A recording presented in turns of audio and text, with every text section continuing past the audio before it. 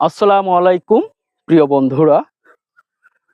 আমরা যারা খামারের সাথে জড়িত, আমাদের সর্বপ্রথম যেটা হচ্ছে প্রাধান্য দিতে হয় সেটা হচ্ছে ঘাস চাষ।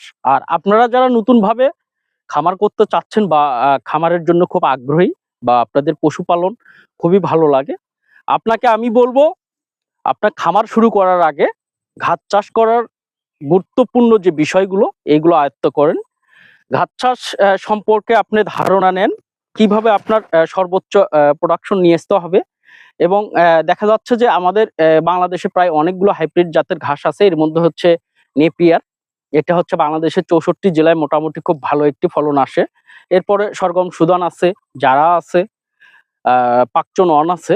এটা ডিপেন্ড করবে হচ্ছে আপনার জাতটা এবং হচ্ছে খামারের পরিমাণটা কেমন হবে বা কতগুলো গরু হবে বা আপনি ঘাসটা কিভাবে প্রসেসিং করে খাওয়াবেন।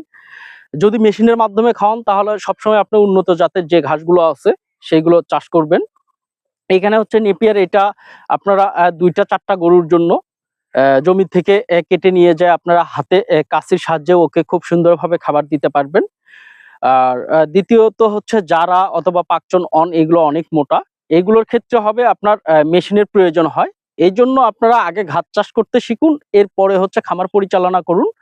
দেখবেন আপনি খুব বেশি লাভবান না হলেও কখনো লসে পড়বেন না।